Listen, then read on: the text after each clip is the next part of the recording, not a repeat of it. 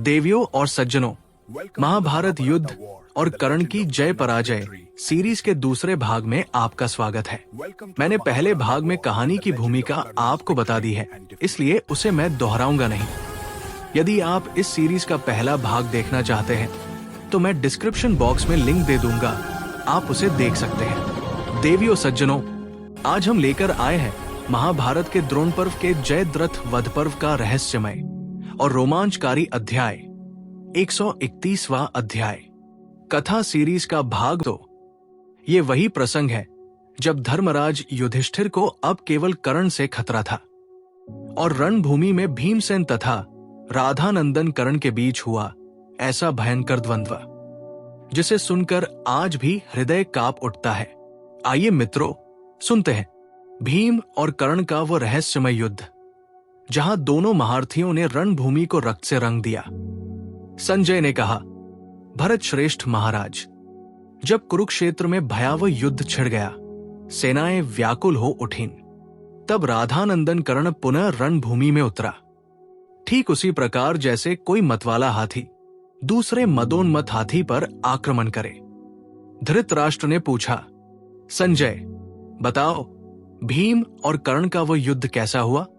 संजय बोले, महाराज, जब भीमसेन युद्ध में पहले ही कर्ण को पराजित कर चुके थे, फिर भी कर्ण पुनः उनके सामने आया, मानो अपने भाग्य से जूझने। कर्ण ने भीम को जाते देखा और व्यंग्य से हंसते हुए बोला, भीम, आज तुम युद्ध से क्यों लौट रहे हो? क्या अर्जुन से मिलने की इतनी जल्दी है कि शत्रु के सामने पीठ दिखा रहे हो? इस चुनौती ने भीम के हृदय में अग्नि प्रज्वलित कर दी। उन्होंने तुरंत रथ मोड़ा और कर्ण पर बाणों की ऐसी वर्षा की जैसे बादल पर्वतों पर जल की धार बरसाते हैं। दोनों महारथी आमने सामने थे। कर्ण के बाण बिजली की तरह चमक रहे थे और भीम के बाण वज्र की भांति गूंजते हुए कर्ण के कवच पर पड़ रहे थे। कर्ण ने भी प्रत्युत्तर में बाणों का जाल बुन दिया। उसके प्रहारों से भीम का कवच फट गया, किंतु भीम विचलित नहीं हुए। वो निर्भीक योद्धा कर्ण के रथ के समीप जा पहुंचा, मानो साक्षात मृत्यु ही उसके सम्मुख खड़ी हो।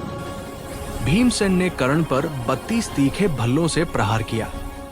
कर्ण का रथ डगमगाया, किंतु वो पुनः बाण उठाकर भीम पर बाण वर्षा करने लगा।